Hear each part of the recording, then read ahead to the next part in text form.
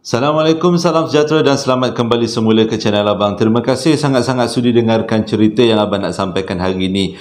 Dan hari ini Abang nak sampaikan dua cerita dan dua-dua cerita ini menarik. Jadi tanpa membuang masa sebelum kita mulakan cerita, marilah kita sama-sama memohon berkat daripada Allah Ta'ala. Moga Allah panjangkan umur kita, berikan rezeki yang baik kepada kita, permudahkan urusan kita dunia dan di akhirat, dan dirahmati kita dunia dan di akhirat. Begitu juga untuk mak ayah kita. Moga-moga Allah berikan kerahmatan dunia dan akhirat pada mak ayah kita mana-mana yang dah meninggal ataupun yang masih hidup. Amin ya rabbal alamin. Jadi kali ini ceritanya berkenaan dengan orang mati kena bunuh dan juga berkenaan dengan mengambil sesuatu barang dan barang tu sebenarnya kepunyaan orang dan memberi kesan kepada pencerita ni. Jadi tanpa membuang masa lagi, kita terus masuk dalam cerita yang pertama.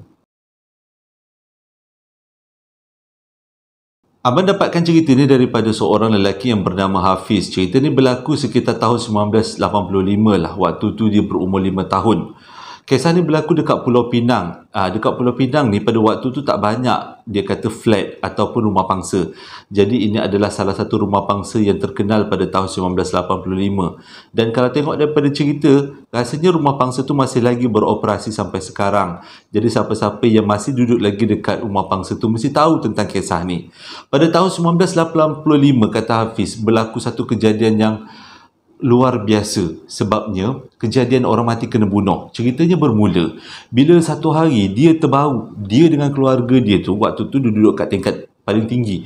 Kalau tak silap abang, tingkat yang keempat. Sebabnya dia kata rumah flat tu, kalau dulu-dulu punya rumah flat, satu bangunan tu dia ada satu floor ada 2 rumah saja. Jadi dikatakan rumah flat tu ada 6 tingkat. Jadi satu tingkat, setiap tingkat ada 2 rumah, 2 rumah, 2 rumah, 2 rumah sampai atas. Rumah Hafiz nak jadi cerita adalah rumah yang paling atas sekali. Pada satu hari, dia dah terbau dah. Dia dengan mak ayah, ada keluarga. Dia memang dah terbau bau busuk tau. Bau busuk yang macam bau bangkai. Mula-mula diingatkan itu adalah bawa daripada angin. Kadang-kadang kan kalau ada anjing mati ataupun kucing mati dekat satu kawasan, lepas tu dia keluarkan bau busuk bangkai tu dan angin bawa bau tu ke atas flat. Itu yang dia mula-mula agak. Jadi tapi disebabkan dah 2-3 hari lepas tu bau busuk tu tak hilang tau. Sampai hari keempat bau busuk tu menyengat, lagi teruk daripada sebelum tu. Dia punya bau busuk tu memang tak boleh nak cakap, lain macam punya bau busuk. Jadi disebabkan bau busuk tu terlalu menyengat hidung, jadi orang penduduk tu dah, kawasan tu dah mula rasa gelisah. Takut-takut daripada antara rumah-rumah yang ada tu, ada rumah yang orang mati, orang yang meninggal. Kadang-kadang macam tu kan. Dan diorang pun buatlah report polis. Dan polis pun buatlah cek dari satu rumah ke rumah. Dan semua rumah yang ada kat situ semuanya berpenghuni. Dan tak ada orang mati pun dalam rumah tu. Tapi bau busuk tu tetap juga menyengat. Pada satu hari, tiba-tiba polis naik ke tingkat yang paling tinggi. Paling atas sekali. Lebih atas daripada rumah yang paling atas. Maksudnya bumbung rumah flat. Jadi bila naik kat rumah flat tu memang kecoh. Rupanya ada orang meninggal dekat atas tu. Yang meninggal tu adalah seorang perempuan India. Dan waktu tu Hafiz cakap, waktu tu dia masih lagi berumur 5 tahun. Dan dia nampak macam mana mayat tu diturunkan. Abang kagum macam mana Hafiz boleh tengok 5 tahun mayat diturunkan. Kalau abang tak tengok, matilah. Memang teringat-ingat. Kalau nak tidur teringat lah tengok mayat tu. Hafiz cakap mayatnya berulat-ulat. Lepas tu dengan keadaan mayat dia memang dah tak rupa manusia. Lepas tu bau jangan cakap lah. Mujur mayat tu dijumpai dekat atas bahagian bumbung. Dan bila dekat atas bahagian bumbung tu, bau busuk tu tak adalah terlalu teruk sangat di bau. Tapi apa yang Hafiz nampak, mayat tu diletakkan dalam plastik hitam dan dibawa turun oleh pihak bomba. Kalau tak silap abang, pihak bomba dia cakap. Dan benda tu, cerita tu jadi kecoh sangat-sangat. Dan yang paling dia kata yang agak bersyukur lah, Hafiz kata agak bersyukur sebabnya mayat tu dijumpai di atas bumbung rumah depan rumah dia. Dekat setiap floor kan ada 2 rumah je. Jadi floor yang paling tinggi iaitu tingkat ke-6 rumah Hafiz dan juga rumah jiran dia. Ada jiran lah, ada orang waktu tu rumah tu. Yang mayat tu jumpa dekat atas bumbung rumah orang tu. Kalau kita yang jadi tuan rumah atau bumbung kita ada jumpa mayat, pindah, abang pindah. Tapi itu juga yang dibuat oleh tuan rumah tu. Selepas mayat tu dijumpai dekat atas bumbung dia, dia pindah. Dia tak duduk situ. Takut. Yelah, anak kecil-kecil kan. Takut apa-apa yang berlaku. Jadi mayat tu pun diturunkan dan siasatan pun dibuat. Akhirnya diketahui sebenarnya yang meninggal tu adalah seorang perempuan India. Dia masih muda lagi dan dia mati dirogol dan dibunuh. Dan siasatan lanjut tu dibuat dengan lebih mendalam lagi dan diorang dapati yang merogol dia adalah orang yang ditugaskan untuk mengecat bangunan apartmen tu, bangunan rumah flat tu. Jadi dialah yang didapati bersalah, merogol dan membunuh budak perempuan India tu. Jadi cerita tu jadi heboh sangat dan disebabkan cerita tu heboh, jadi tak ada orang yang berani duduk dekat rumah depan tu. Maksudnya rumah yang berdepan dengan rumah Hafiz. Jadi sepanjang Hafiz duduk dekat rumah tu ada beberapa peristiwa yang mengerikan. Dia kata berlaku pada dia dan sekeluarga dia. Walaupun peristiwa tu sangat menakutkan, tapi diorang masih lagi duduk dekat rumah tu. Kalau tak silap abang, sampailah Hafiz kahwin. Sampai Hafiz kahwin, sekarang ni Hafiz lebih kurang umur abang, umur 40-an. Jadi dia kata sampai Hafiz kahwin, barulah keluarga dia keluar daripada rumah tu kot. Ataupun masih lagi duduk kat rumah tu, tapi dia yang keluar sebab dah kahwin kan. Okey, cerita pertamanya. Waktu tu Hafiz kata umur dia 6 tahun. Kalau 85, umurnya 5 tahun, dia lebih kurang 86 lah. Tahun 1986. Mulalah berlaku sedikit gangguan. Bukan sedikit tapi banyak gangguan dekat kawasan tu. Selepas beberapa bulan perempuan India tu mati dibunuh. Dibunuh, dirogol dan dibunuh. Memang patut jadi hantu. Bala dendam. Jadi dia kata pada satu hari dia bangun awal, lebih kurang pukul 5.30 lah masa tu. Hafiz kata umur 6 tahun kan, jadi dia kena bangun awal untuk siap-siap pergi ke sekolah tadika. Jadi bila dia bangun awal tu, dia masuk mandi, dia sebenarnya tak perasan tau dalam bilik air dia tu ada seorang perempuan. Dia tak perasan pada waktu tu. Jadi dia masuk bilik air, dia buka lampu. Budak nombor 6 tahun kan, dia pun start lah mandi. Bila dia start mandi tu, dia rasa macam dia seperti diperhatikan. Jadi dia toleh kiri toleh kanan lah, tengok apa benda yang tak sedap, hati tak sedap lah. Dia kata macam ada perhatikan dia walaupun umur 6 tahun. Dia kata kita boleh rasa kan. Bila dia tengok, rupanya dekat dalam dinding, benda tu macam roh tembus-tembus dinding. Dia nampak seorang perempuan India berpakaian putih dengan mukanya terkopik-kopik, rambutnya kusut masai, mukanya sedih, seperti seolah-olah macam baru lepas mendapat kabar yang sangat menyedihkan. Jadi waktu tu Hafiz kata bila dia nampak perempuan yang duduk berdiri dekat dalam bilik air, tengok dia mandi, dia punya menjerit tak boleh nak cakap. Dia punya menjerit sampai satu rumah bergegar lah, satu rumah tu dengan jeritan dia. Dia keluar berlari tanpa pakai apa-apa. Dia tak ingat dah, dia kata mujur lah. Dia kata waktu tu dia umur 6 tahun. Kalau waktu tu dia dah sekolah ataupun dah kerja, keluar dalam keadaan berbogel macam tu kan, rasa orang lagi takut tengok dia lah daripada tengok hantu, dia kata. Tapi waktu tu dia umur 6 tahun, jadi dia dah tak ingat apa-apa. Bila nampak perempuan berdiri dekat dalam bilik air dalam keadaan yang menakutkan, muka terkopik-kopik, dia berlari keluar. Waktu tu mak dia dengan ayah dia semua terkejut, adik-beradik dia semua terkejut. Dan bila mak ayah dia tanya kenapa kau menjerit, dia kata kenapa kau keluar daripada bilik air dalam keadaan yang tak pakai apa-apa, kenapa tak sempat ambil tuala? Dah tak sempat mak, dia kata ada perempuan, ada kakak perempuan dekat dalam bilik air. Kakak tu muka dia terkopik-kopik mak, dia kata berdarah-darah muka dia mak. Lepas tu muka dia macam sedih mak, lepas tu rambut dia kusut masai mak. Dia kata Hafiz takut. Tapi mak ayah dia cek lah dekat dalam bilik air tu, memang tak ada siapa sebenarnya. Tapi bila mak ayah dia tanya, bila Hafiz beritahu yang dia nampak tu adalah seorang perempuan yang dalam keadaan yang tak terurus, muka terkopik-kopik, berdarah-darah tu, memang keluarga dia tahu apa yang Hafiz nampak tu adalah mungkin jelmaan daripada orang yang meninggal tu kan, yang meninggal mati kena bunuh dengan rogol tadi. Jadi disebabkan tu diorang satu keluarga memang agak berhati-hati. Kisah Hafiz dia jumpa dengan roh perempuan tu menjadi heboh dalam kawasan tu. Rupanya bukan Hafiz seorang aja mengalami peristiwa yang sama, tapi ada beberapa orang jiran dia juga mengalami peristiwa yang sama, terserempak dengan perempuan India baju putih dalam keadaan kusut masai, berdarah-darah, muka terkopik-kopik, berjalan di sekitar rumah pangsa tu. Jadi kisah tentang perempuan India tu memang sangat terkenal pada tahun 1985-1986. Kalau siapa-siapa yang masih lagi duduk dekat rumah pangsa tu, bolehlah komen-komen dekat abang. Kisah ni berlaku dekat Pulau Pinang. Ini adalah kisah yang, ialah kisah rogol yang sebenar lah, bukannya kisah rogol yang sebelum ni kan. Kalau abang cerita kisah rogolnya mungkin, kisah rogol, kisah pembunuhannya Mungkin mungkin tidak. Orang dengar, saya dengar dulu kat sini ada orang meninggal, macam tu kan. Yang ini tak, memang Hafiz nampak betul-betul mayat tu diturunkan, dan Hafiz juga nampak macam mana dia muncul dalam bilik air sewaktu Hafiz tengah mandi. Mungkin sebab kedudukan rumah Hafiz memang dekat dengan lokasi mayat tu dijumpai. Tapi kalau kita, memang seram lah waktu tengah mandi-mandi. Memang tiba-tiba ada orang dalam bilik air dalam keadaan muka terkopik-kopik kan. Na'udzubillah, minta dijauhkan.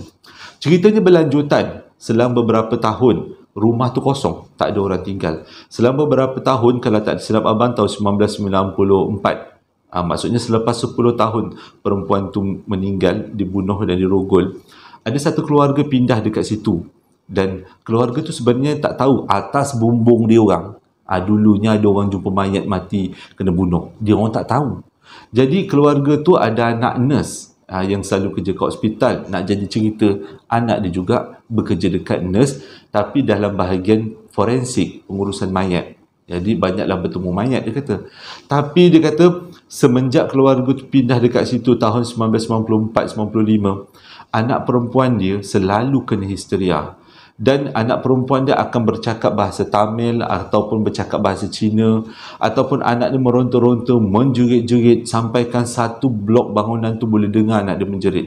Boleh kata seminggu sekali, memang dah jadi rutin anak dia akan kena histeria. Kalau tak hari Jumaat, hari Sabtu. Tak hari Sabtu, hari Ahad. Tak ada hari Ahad, hari Senin dia histeria. Memang akan seminggu sekali histeria. Memang budak tu katanya roh tu datang. Kepercayaan setengah orang akan anggap roh yang mati kena bunuh tu datang masuk dalam badan budak perempuan tu. Mungkin nak balas dendam, ataupun mungkin nak menyatakan ketidakpuasan hati. Kenapa aku dibunuh dalam keadaan begini kan? Tapi sebagai orang Islam, kita percaya itu bukan roh, tapi itu adalah jelmaan jin, ataupun kita panggil korin. Jadi kalau kepercayaan bangsa lain, agama lain, lain pula kepercayaannya. Tapi itu yang terjadi pada budak perempuan tu. Dia selalu sangat kena histeria. Jadi bila banyak kali kena histeria, keluarga dia, mak ayah dia yang tinggal dekat rumah tu mula rasa macam apa sebenarnya yang berlaku dekat rumah ni. Jadi mulalah bertanya-tanya dengan jiran, dan akhirnya mereka mendapat berita sebenar kenapa anak dia selalu kena histeria. Mula-mula diingatkan anak dia kena histeria sebab anak dia kerja dekat kawasan wad orang meninggal kan, yang mengurus-nguruskan mayat. Jadi diorang ingat itulah puncanya anak dia kena histeria sebab selalu sangat bertembung dengan mayat.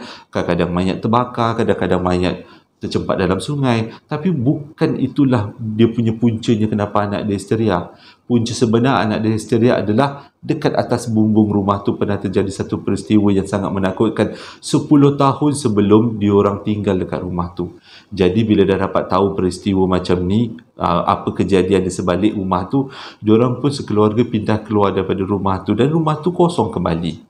Jadi selepas beberapa tahun, sekitar tahun 2004-2003 macam tu, kakak Hafiz yang kahwin dan sewa dekat rumah tu, rumah yang berdepan. Tujuannya adalah diorang tahu sebenarnya rumah tu memang ada peristiwa misteri, tapi disebabkan rumah tu berdepan dengan rumah mak ayah diorang, yalah, sebab dia kakak Hafiz kan, jadi dekatlah dengan rumah mak ayah, jadi dia sewalah juga.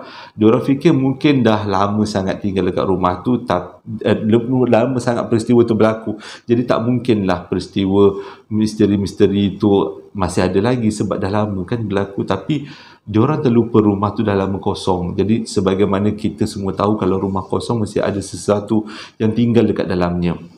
Jadi ceritanya berlanjut, bila kakak dia duduk di rumah tu, boleh kata setiap malam kakak dia akan dikacau.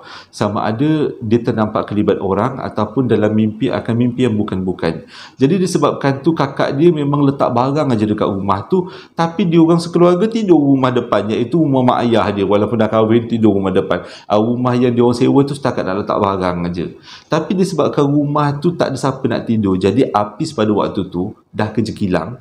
Jadi dia ambil inisiatif lah untuk tidur rumah kakak dia. Dia tak nak lah rumah tu jadi kosong. Jadi dia ni sebagai seorang, ialah anak lelaki kan, jadi anak lelaki mestilah buat sesuatu lah untuk menolong keluarga. Ya, kalau bagi abang untuk berhadapan dengan makhluk alam sebelah agak ragu-ragu juga. Kalau disuruh bagi gaji tu okey lagi lah, membantu keluarga dari segi keuangan. Ini daripada ucapan seorang yang tak berapa nak berani. Tapi dalam cerita dia, Apis dia agak berani, walaupun dia kata dia agak takut-takut juga bila nak tidur dekat rumah tu. Sebabkan kakak dia tak nak tidur dekat rumah tu dia terpaksa tidur sebab tak nak bagi kosong. Tapi beberapa peristiwa mengerikan sewaktu Apis duduk dekat rumah tu. Tiap-tiap malam dia susah nak tidur. Bila dia nak tidur je, baru je nak terlelap, dia akan nampak perempuan pakai baju putih, macam baju pengantin tu akan melintas dekat dalam rumah. Jadi mula-mula dia tidur dalam bilik, bila dia nampak banyak sangat perempuan tu melintas-lintas, sebab kalau betul-betul ikutkan, mayat tu dijumpai memang atas bilik tidur utama rumah tu. Jadi disebabkan banyak sangat gangguan-gangguan perempuan yang melintas pakai baju putih, Apis ambil keputusan untuk duduk tidur dekat ruang tamu. Tapi benda tu tak berkurang, memang macam tu juga.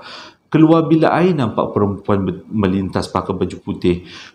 Nak tidur nampak perempuan duduk atas kerusi pakai baju putih. Dekat mana-mana pun setiap malam. Dia kata selama dia tidur dekat rumah tu lebih kurang hampir setahun, setiap malam dia akan dikacau. Mula-mula rasa takut, tapi lama-lama rasa, lantak engkau lah, engkau nak duduk kat situ, kau duduk lah. Jangan tiba-tiba kau nak minta aku kahwin dengan kau. Tu tak nak lah, dia kata. Dia kata maksudnya di gangguan-gangguan macam tu masih boleh terima lagi, dia kata. Jadi selama lebih kurang setahun tu dia duduk dekat rumah tu, maksudnya setiap malam dia tidur kat situ, menggantikan kakak dia dengan abang ipar dia. Dia memang selalu kena dengki, memang selalu sangat dia nampak kelibat perempuan berbaju gaun pengantin, dan perempuan tu adalah perempuan India. Memang dia sedia maklum itu mungkin adalah jelmaan daripada, ialah jin kan, jelmaan jin yang mengambil peluang untuk menakut-nakutkan manusia. Tapi dia kata dia tak ada masalah. Yelah, mula-mula takut, dah lama kali, banyak kali kena, tak adalah takut sangat. Macam abang lah cerita seram kan. Masa awal-awal cerita seram, ya Allah, macam-macam gangguan abang kena. Tapi sekarang gangguan tu ada, tapi telan je lah. Okey je. Sebab selalu abang dapat komen yang membina, bang semangat. Jadi abang pun semangat lah cerita. Jadi ceritanya berlanjutan lagi bila Apis kahwin. Lepas dia duduk rumah tu, selepas setahun kakak dia pindah tempat lain, jadi rumah tu kosong balik. Jadi Apis tak duduk lah dekat rumah tu. Jadi pada tahun 2000-an juga, Apis pun bertemu jodoh dengan seorang perempuan dan dia pun melangsungkan perkahwinan. Tapi dia kata sejak daripada sehari sebelum kahwin, dia dah kena penyakit kulit yang satu badan dia gatal-gatal, satu badan dia naik merah-merah. Mula-mula diingatkan ia adalah ruam-ruam biasa. Tapi dia mula rasa benda tu jadi luar biasa, sebabnya dia dalam malam-malam nak kahwin tu, sampailah malam perkahwinan dan malam-malam seterusnya, dia bermimpi perempuan berbaju pengantin. Dan perempuan tu adalah perempuan yang dijumpai sama dalam bilik air dia pada tahun 1985, dan perempuan yang sama yang dijumpai setiap kali dia tidur dekat rumah akak dia sewaktu dia masih bujang lagi. Jadi dengan kata lain, mungkin perempuan tu, jin tu marah dengan dia sebab dia nak kahwin kan, mungkinlah, kita pun tak tahu. Jadi dia kata dia sempatlah berubat, disebabkan penyakit dia tu, dia sempatlah berubat sebab dia tahu ni adalah berpunca daripada benda alam sebelah, bukanlah penyakit yang berkaitan dengan penyakit-penyakit biasa. Jadi disebabkan dia banyak kali berubat, alhamdulillah dia dapat dipulihkan, dan sejak daripada tu dia tak duduk lagi, dia tak adalah mimpi lagi perempuan berbaju gaun pengantin India tu, dia tak jumpa lagi dah.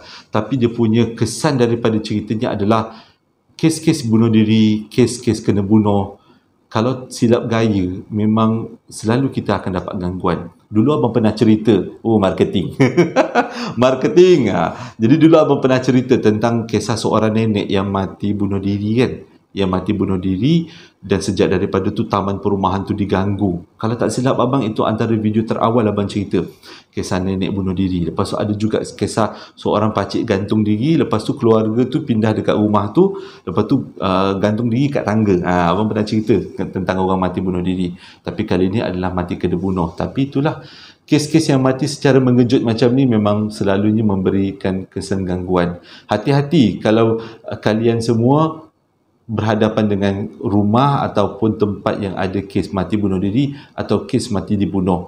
Sebabnya syaitan akan ambil alih ambil alih untuk menakut-nakutkan kita, menjelmakan diri menjadi orang yang mati dibunuh tu atau mati bunuh diri untuk menakut-nakutkan kita. InsyaAllah kita mohon bergantung kepada Allah Ta'ala. Kalau dalam agama lain mohon bergantung kepada kepercayaan masing-masing. InsyaAllah tak ada apa-apa. Okey, tamat cerita yang pertama. Okey, lepas ni kita masuk cerita yang kedua. Dalam cerita yang pertama tadi, abang memang gunakan nama sebenar iaitu Hafiz, orang yang bagi abang email untuk ceritakan pengalaman dia, macam mana dia berhadapan dengan kejadian mati kena bunuh, dia kena rogol, kena bunuh. Memang patut jadi hantu, patutnya hantu tu cekik orang yang bunuh dia, biar cepat-cepat mati. Tapi abang rasa orang tu pun dah kena hukum gantung rasanya. Yelah, dah lama kan kes tu, 1985. Jadi cerita yang kedua ni masih lagi pengalaman Saiful. Hafiz. Masih lagi pengalaman Hafiz dengan kawan dia yang bernama Saiful. Tapi waktu ni dia dah dewasa lah. Tahun 2016 berlaku dekat Sungai Lembing. Jadi ceritanya macam ni. Pada tahun 2016, Hafiz ditugaskan di Kuantan Pahang. Dia kerja kerajaan dah, dia kata. Dia kerja kerajaan, ditugaskan kat Kuantan Pahang. Lepas tu dia ada kawan baik, kawan sama geng kaki pancingnya, Brotherhood, yang namanya Saiful. Dan diorang ni kalau ke mana-mana memang aktiviti pancing tu boleh dikatakan aktiviti wajib di setiap hujung minggu. Sebab dia kata dengan pancing lah dia akan rasa release tension, jauh daripada hiruk pikuk bandar. Jadi mana-mana kaki pancing tu boleh tahu perasaan seorang kaki pancing, Brotherhood. Jadi ceritanya pada tahun 2016, Hafiz dengan saya pun bercadang untuk pergi mancing dekat Sungai Lembing. Memang Sungai Lembing tu selalunya terkenal sebagai salah satu lokasi tempat mancing ikan. Tapi diorang sedar Sungai Lembing tu memang orang tua-tua pernah beritahu dekat Sungai Lembing tu, kalau siapa-siapa yang tak tahu, Sungai Lembing tu ada satu kerajaan tau. Kerajaan dekat situ, kerajaan Bunian kalau tak silap abang. Minta maaf kalau salah. Jadi dekat situ ada satu kerajaan Bunian. Abang pernah dengar. Banyak kalilah cerita abang dapat kalau Sungai Lembing ada satu kerajaan Bunian dan kerajaan dia sangat besar.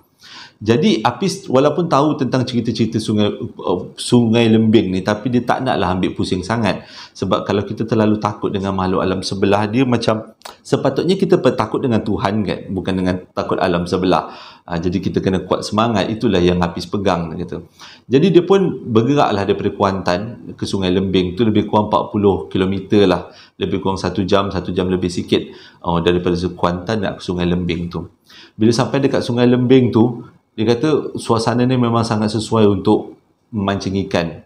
Keadaan sungainya dengan keadaan alam sekitar dia, memang kalau tengok pun memang tahulah ikan yang ada dekat dalam tu bukan calang-calang, tapi mesti besar-besar. Tapi mancing punya mancing sampai 1 jam tak dapat apa-apa. 1 seekor biji ikan pun tak ada. Tak ada yang mengena umpan. Dia dah guna umpan mahal yang berpuluh-puluh ringgit, tak jalan. Ikan kat situ buat tak tahu, buat dek je kata. Jadi dia kata dah pancing ikan lama sangat, tak ada keadaan, suasana pun dah macam nak gelap-gelap juga. Waktu tu tak ada orang, dia kata. Jadi dia pun cakap dengan saya pun, lang-lang kita dah kat sini mancing-mancing pun tak ada dapat ikan, jomlah kita mandi. Saya pun kata memang seronok lah. Dia kata air sungai sejuk kan, suasana cantik. Terjun dua-dua masuk dalam sungai. Berenang-renang, berenang itik, berenang ke belakang, berenang ke depan, gaya katak, semua gaya dia buat lah. Sebab dia kata waktu tu tak ada orang, jadi dia orang sungai tu aku yang punya lah. Jadi macam-macam gaya berenang lah boleh, dia kata. Sebab sebenarnya tujuan dia berenang tu adalah nak release tension, sebab banyak sangat masa yang diperuntukkan untuk dapatkan ikan, tapi seekor ikan pun tak ada. Jadi berenang lah, dia kata. Berenang. Jadi tiba-tiba saya pun cakap, dia tanya kat dengan Hafiz, kau perasan tak dekat sekitar sungai ni ada banyak batu cantik-cantik, kata. Jadi Hafiz kata, kenapa? Kalau banyak batu cantik-cantik, kau nak buat apa dengan batu-batu tu? Tu saya pun cakap, inilah best. Batu cantik-cantik ni, aku nak kutip, aku nak letak dalam akuarium. Jadi meriah sikit akuarium aku. Akuarium aku ni kosong aja. Yang ada pun batu-batu beli kat kedai. Batu-batu beli kat kedai tu, dia punya kecantikannya tidaklah begitu sangat, dia kata. Jadi Hafiz kata, tak bahaya ke? Kan kat sini kita pernah dengar ada sesuatu kan, kerajaan sesuatu. Tapi saya pun kata jangan takut pada Allah Ta'ala, jangan takut, kita ambil je. Kita ini semua adalah kepunyaan Allah Ta'ala kan, dia kata. Jadi bukan kepunyaan makhluk lain, kita ambil je lah. Jadi lepas habis mandi ni, dengan plastik yang ada, dia orang pun kutiplah batu sekitar sungai tu. Yang biru, yang merah, yang kelabu, yang bentuk bulat, bentuk lonjong, yang cantik-cantik dia kutip nak letak dalam akuarium. Tapi bukan Apis yang nak letak tu Saipul. Habis kutip, dia orang pun baliklah rumah. Jadi meregang-regangkanlah otot semua. Apis balik rumah Apis, Saipul balik rumah Saipul. Malam tu Apis mimpi. Dia nampak dalam mimpi dia ada kepulan asap macam awan tau. Awan yang besar gila, dia kata datang betul-betul muncul dekat depan muka dia. Dia kata seolah-olah waktu tu dia ada dalam kawasan yang berawan. Macam kayangan lah. Kita bayangkan macam kayangan kan. Tiba-tiba di celah-celah awan tu muncul satu singgasana. Maksudnya ada satu kerusi, ada tabir-tabir dalam celah-celah awan tu. Muncul satu singgasana yang sangat luar biasa cantiknya. Semua singgasana tu diterbuat daripada emas, dia kata. Tapi singgasana tu tak ada orang. Dekat tempat kursi raja tak ada orang, tangga-tangga tu tak ada orang. Selang beberapa minit, peleping, muncul orang-orang tu semua. Rupanya yang duduk dekat singgasana tu adalah seorang perempuan. Mukanya sangat muda, walaupun dah tahu macam dia dah tua dah. Dia kata umurnya macam pertengahan umur perempuan tu, tapi mukanya sangat muda. Dengan dia punya mahkota, dengan dia punya selendang, dia punya riak wajahnya, memang tahulah sebenarnya dia adalah pemerintah kerajaan, sesuatu kerajaan di alam sebelah. Tapi dia kata yang peliknya, walaupun raja perempuan tu yang muncul tu, puteri lah dikatakan, puteri bunian lah, yang muncul dekat depan dia tu memang keadaan yang gah. Tapi Saiful agak tergelak juga sebab dia punya hulu balang, dia punya dayang-dayang, semuanya orang yang bertubuh kecil, rendah-rendah je. Dia kata comel-comel je. Dia punya hulu balang yang pegang tombak, yang pegang keris, lepas tu dayang-dayang yang tabur-tabur bunga tu semua rendah-rendah, dia kata, tak tinggi. Dia pun nak tergelak juga. Selalunya kan kalau orang-orang alam sebelah, orangnya tinggi, segak, tough macam tu. Kalau perempuannya cantik, 30, 30 kan selalunya. Tapi kali ni tak, yang 30 20 30 tu puteri tu aja. Dengan kata lain, raja je yang memang cantik dan bentuknya sangat perfect. Yang lain-lain tu semua rendah-rendah macam orang kerdil gitu. Jadi mula-mula puteri itu senyum-senyum pada Apis. Apis pun senyum-senyum balik pada puteri itu. Tapi bila tengok Apis senyum-senyum pada puteri itu punya marah, berdesing telinga Apis bila puteri itu jerit. Puteri itu jerit macam ni, "Pulangkan balik apa yang telah engkau ambil, pulangkan," dia kata. Waktu tu Apis terkejut. Alamak, dia kata. Baru dia teringat yang dia ambil tadi adalah batu-batu dekat sungai. Jadi Apis cakap, "Maafkan saya. Bukan saya yang ambil, Tuan Puteri salah orang. Yang ambil Saipul. Dia kata nak letak dalam akuarium dia. Bukan saya yang ambil." Waktu tu muka puteri tu macam, dia tersalah orang. Apis cakap, memang nampak puteri tu macam terkejut. Aku salah orang ke? Macam tu dia punya reaksinya. Jadi bila Apis cakap yang ambil tu Saipul, tiba-tiba singgasana hilang, awan hilang, terus Apis terjaga daripada tidur. Bila terjaga daripada tidur, tengok jam, rupanya lebih kurang pukul 3 pagi. Jadi dengan kata lain, puteri itu tersalah serang. Jadi bila dah tersalah serang, kiranya macam bagi bola tanggung, Apis smash lah. Dia kata salah orang ni yang ambil Saipul. Jadi dia pun sambunglah tidur balik. Bila dah macam tu kan, jadi dia tahulah sebenarnya batu-batu yang Saipul ambil tu ada tuan punyanya. Mungkin batu tu adalah batu-batu di sekitar istana-istana alam sebelah. Yalah, kita tak tahulah kan alam sebelah. Jadi nak jadi cerita, besok pagi Apis pergilah kerja macam biasa. Sampai dekat office, Apis tengok Saipul tergolek dekat dalam office.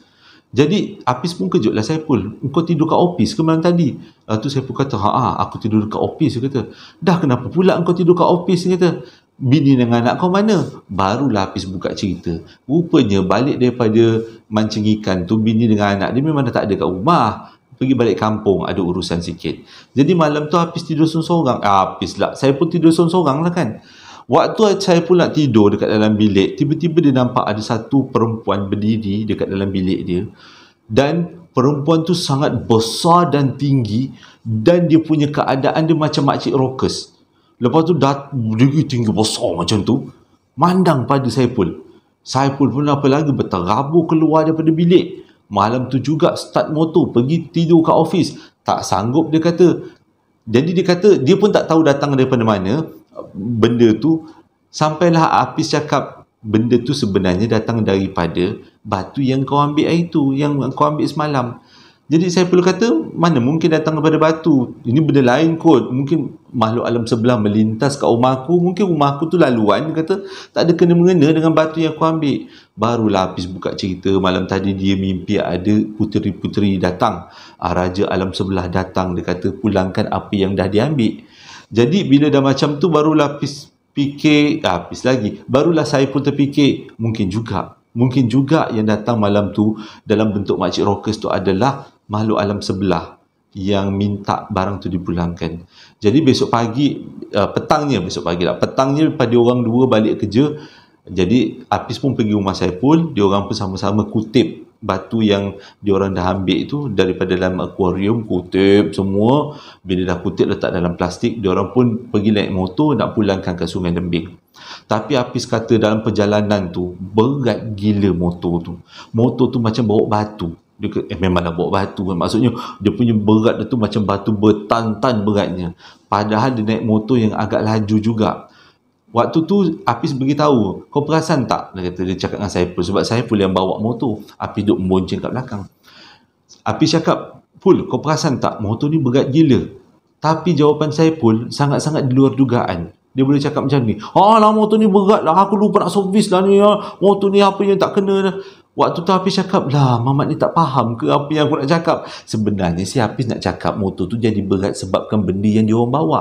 Yang Hafiz pula ingat, yang Saiful pula ingat, motor tu berat sebab dia tak servis lagi motor tu. Salah penyampaian. Jadi diorang pun teruskanlah perjalanan sampailah kat Sungai Lembing. Patutnya dah lebih kurang 1 jam, dekat 2 jam baru sampai. Sebab motor tu memang berat slow gila.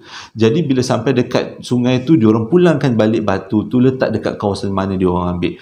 Lepas tu Hafiz cakap macam ni, wahai makhluk yang ada di kawasan ini, saya dengan kawan saya minta maaf sebab mengambil barang bukan kepunyaan kami.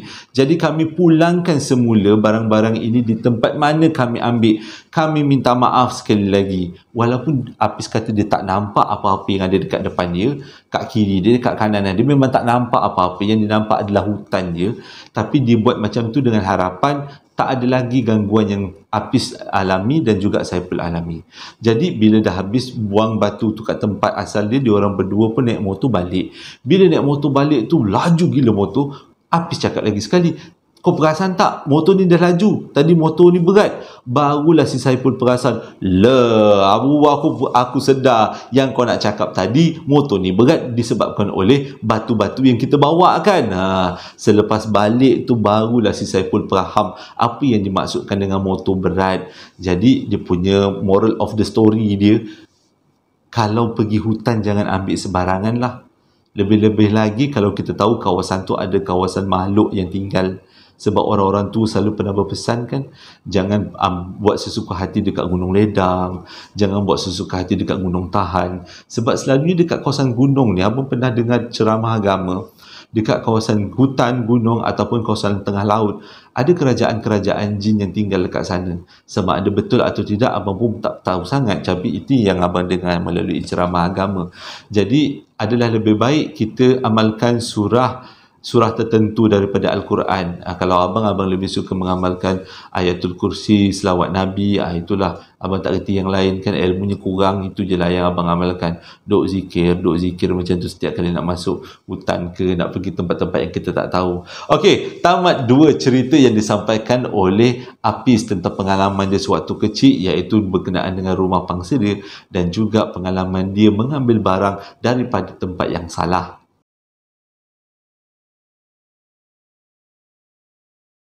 Terima kasih sangat-sangat dah menonton cerita yang abang sampaikan hari ini. Moga-moga adalah iktibar pengajaran untuk abang dan juga untuk semua. Ada juga yang komen dekat abang, bang, cerita abang tak seram langsung bang. Saya tak, bulu roma saya tak berdiri bang. Minta maaf sangat-sangat sebab ini adalah semua pengalaman-pengalaman orang. Kadang-kadang pengalaman yang menakutkan, kadang-kadang yang tak menakutkan. Contohnya macam Matang Gerdu, mak dia bangun daripada mati kan, tu menyeramkan. Lepas tu kisah yang jaga kat hospital, mayat bangun tu kan, Abang nak beritahu lah, sebenarnya itu berlaku dekat Indonesia, bukan berlaku kat Malaysia. Promosi. Marketing. Okey, terima kasih sangat-sangat dah mendengarkan cerita yang abang sampaikan. Hingga berjumpa lagi dalam posting abang yang akan datang 2 hari lagi. Assalamualaikum warahmatullahi wabarakatuh.